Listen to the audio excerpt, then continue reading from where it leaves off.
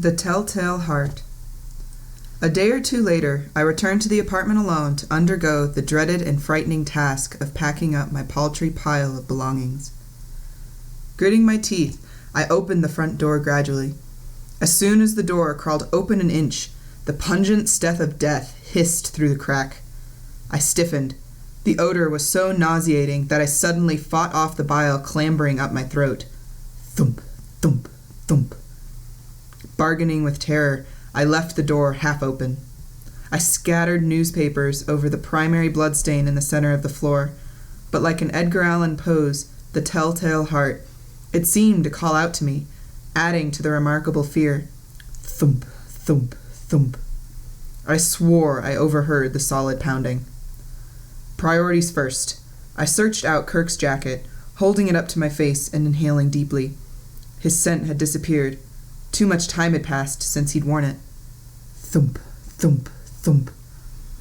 Attempting to ignore the pounding fear, I uneasily rubbed the coat's collar and tried to smell it again as if the jacket were a scratch and sniff. Nothing.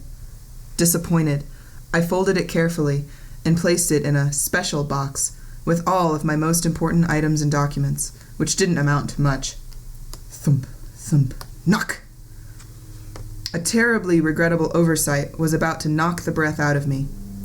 I was hastily filling a battered liquor box in my kitchen when an unexpected rap on the door startled me. A peppy mail carrier handed me a box containing an elegant set of embellished silverware. I couldn't help but to envy his cheerfulness, as well as despise it. I promptly searched out the gift card and gasped in disbelief. Grief hit me like a wave. I felt like I was drowning. The elegant gold script writing stared up at me. Congratulations on your wedding. We love you. Nana and Gop. God help me. Reality suddenly struck. I had gone from planning a wedding to planning a funeral. I staggered out of the door to get some fresh air, struggling to quell the tightening of my throat. I threw myself to the ground, weeping. Opening my eyes, I felt mocked yet again, this time by a friendly tan welcome mat under my face. I could not stop the unconstrained pain being released through my tears, sniveling in agony. My thoughts were interrupted by the prospect of single motherhood.